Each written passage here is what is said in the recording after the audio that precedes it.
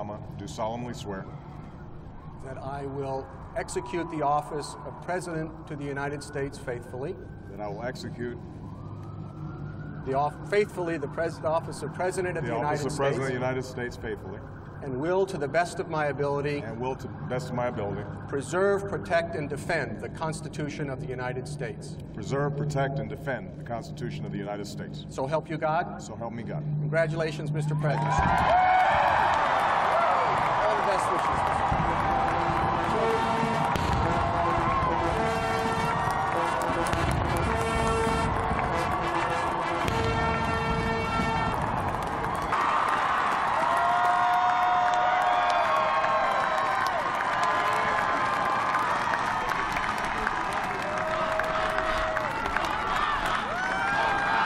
Thank you. Thank you.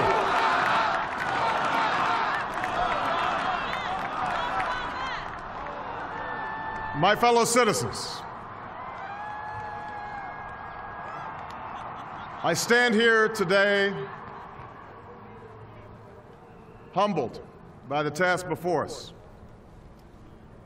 grateful for the trust you have bestowed, mindful of the sacrifices borne by our ancestors. I thank President Bush for his service to our nation.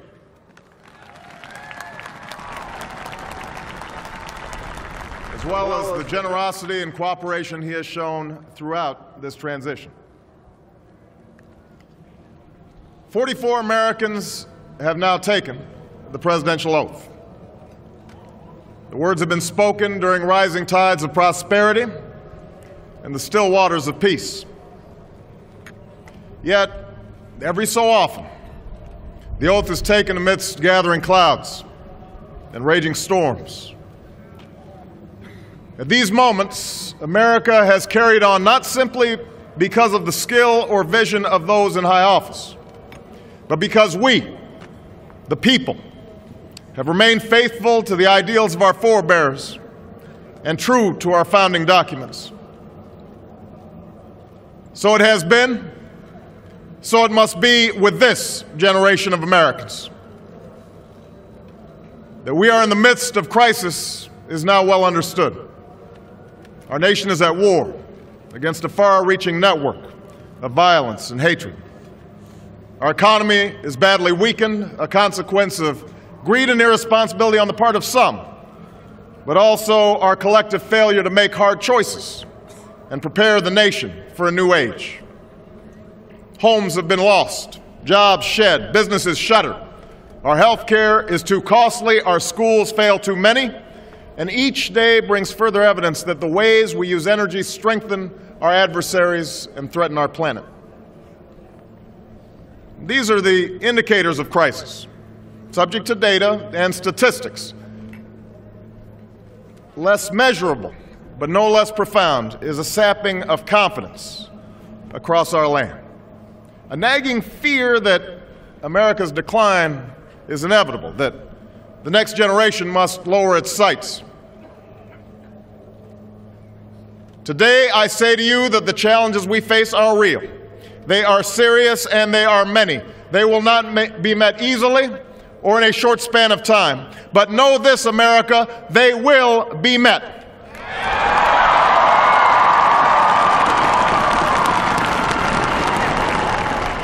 On this day, we gather because we have chosen hope over fear, unity of purpose over conflict and discord. On this day, we come to proclaim an end to the petty grievances and false promises, the recriminations and worn-out dogmas that for far too long have strangled our politics. We remain a young nation, but in the words of Scripture, the time has come to set aside childish things. The time has come to reaffirm our enduring spirit, to choose our better history, to carry forward that precious gift, that noble idea passed on from generation to generation, the God-given promise that all are equal, all are free, and all deserve a chance to pursue their full measure of happiness.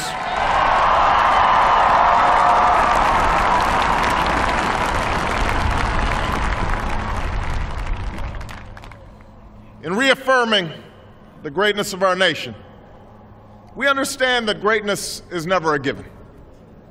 It must be earned. Our journey has never been one of shortcuts or settling for less. It has not been the path for the faint-hearted, for those who prefer leisure over work or seek only the pleasures of riches and fame.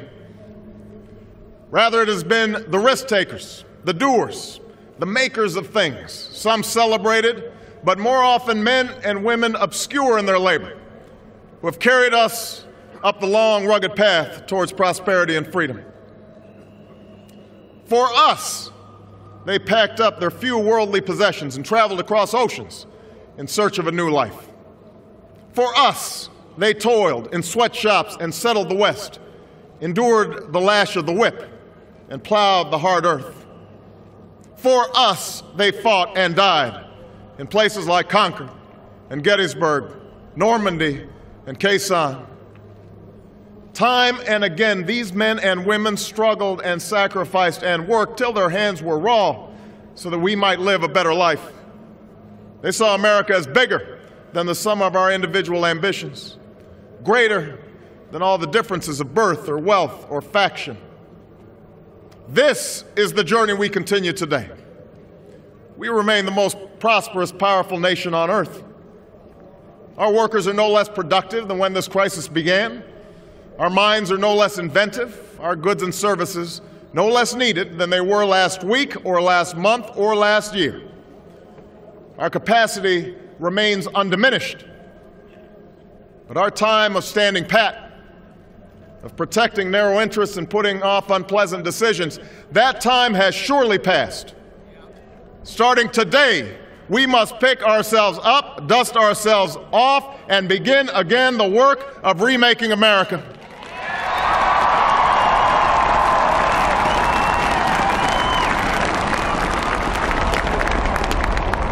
For everywhere we look, there is work to be done. The state of our economy calls for action, bold and swift, and we will act, not only to create new jobs, but to lay a new foundation for growth. We will build the roads and bridges, the electric grids and digital lines that feed our commerce and bind us together. We will restore science to its rightful place and wield technology's wonders to raise healthcare's quality and lower its cost.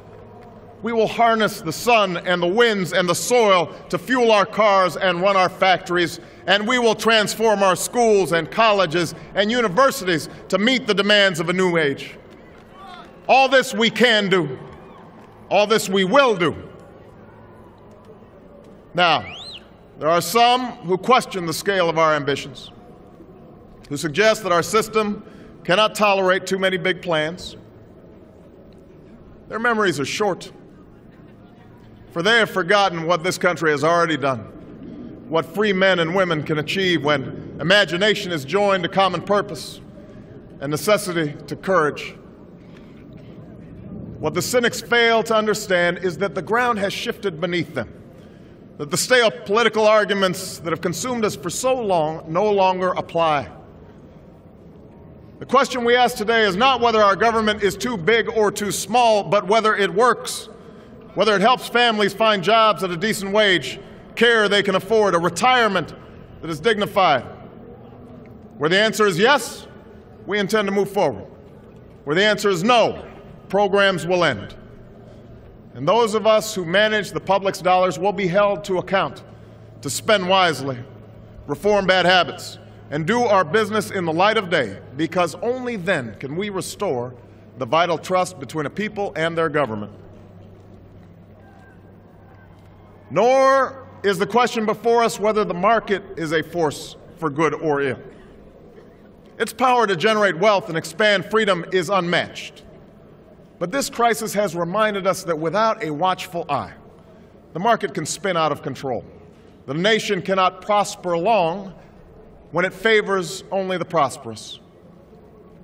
The success of our economy has always depended not just on the size of our gross domestic product, but on the reach of our prosperity, on the ability to extend opportunity to every willing heart, not out of charity, but because it is the surest route to our common good.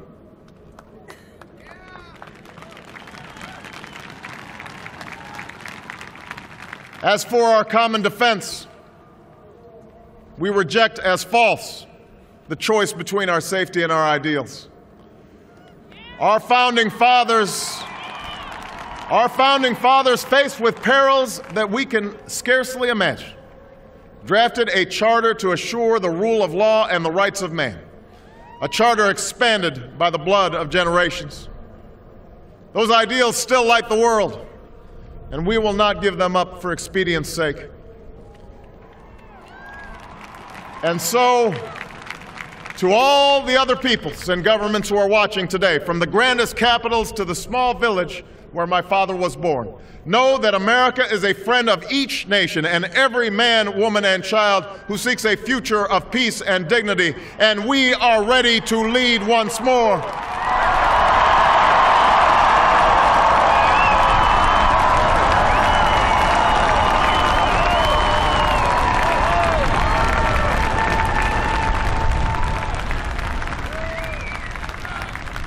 Recall that earlier generations faced down fascism and communism not just with missiles and tanks, but with the sturdy alliances and enduring convictions.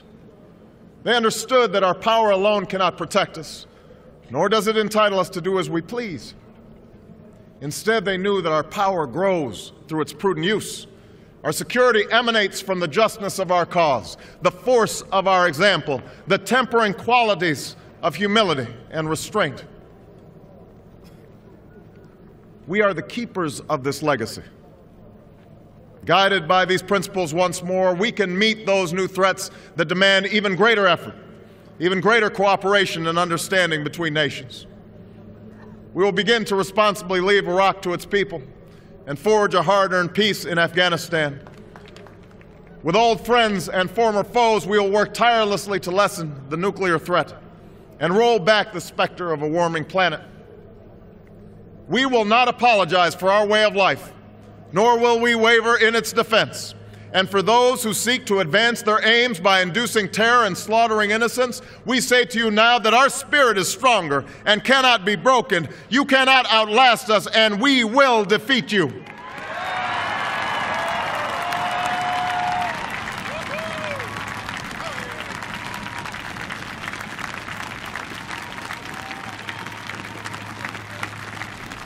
For we know that our patchwork heritage is a strength, not a weakness. We are a nation of Christians and Muslims, Jews and Hindus, and non-believers.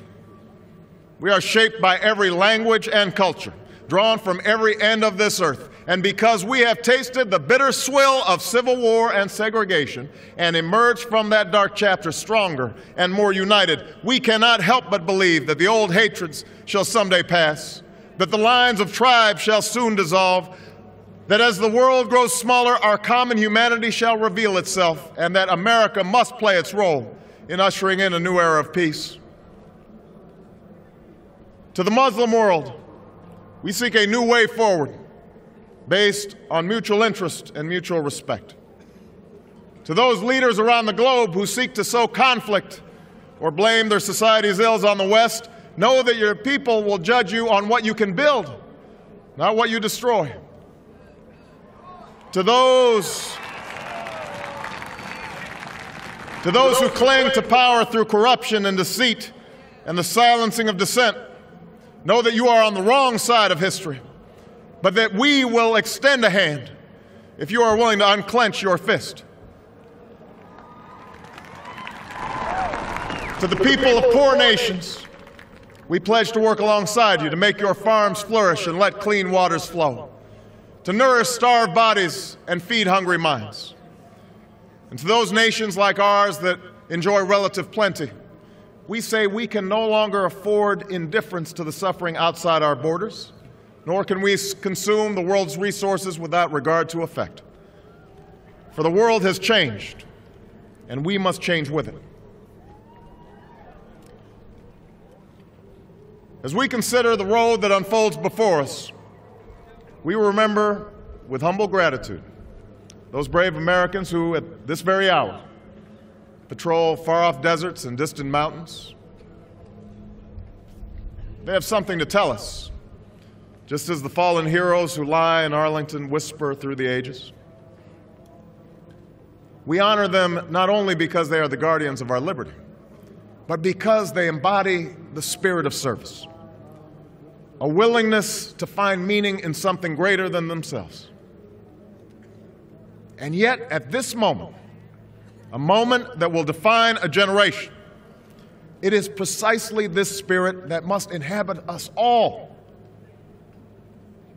For as much as government can do and must do, it is ultimately the faith and determination of the American people upon which this nation relies. It is the kindness to take in a stranger when the levees break, the selflessness of workers who would rather cut their hours than see a friend lose their job, which sees us through our darkest hours.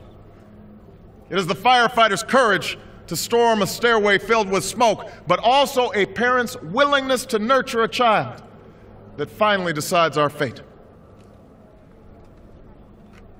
Our challenges may be new. The instruments with which we meet them may be new.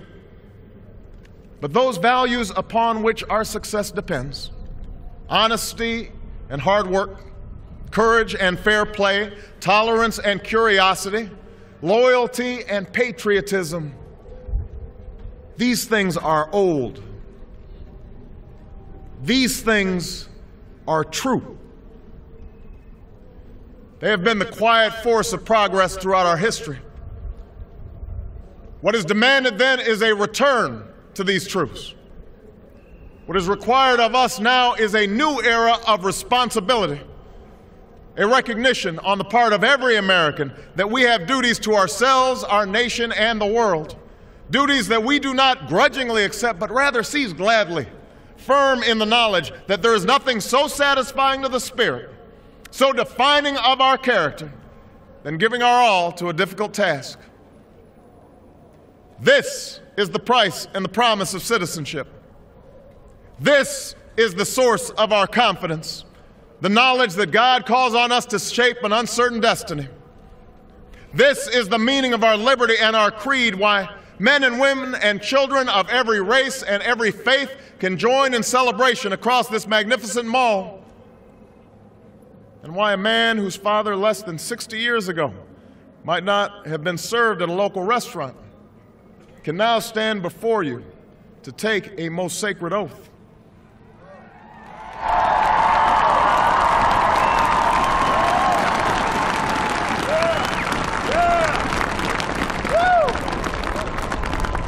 So let us mark this day with remembrance of who we are and how far we have traveled. In the year of America's birth, in the coldest of months, a small band of patriots huddled by dying campfires on the shores of an icy river. The capital was abandoned. The enemy was advancing. The snow was stained with blood. At a moment when the outcome of our revolution was most in doubt, the father of our nation ordered these words be read to the people. Let it be told to the future world that in the depth of winter, when nothing but hope and virtue could survive, that the city and the country, alarmed at one common danger, came forth to meet it. America, in the face of our common dangers, in this winter of our hardship, let us remember these timeless words. With hope and virtue, let us brave once more the icy currents and endure what storms may come.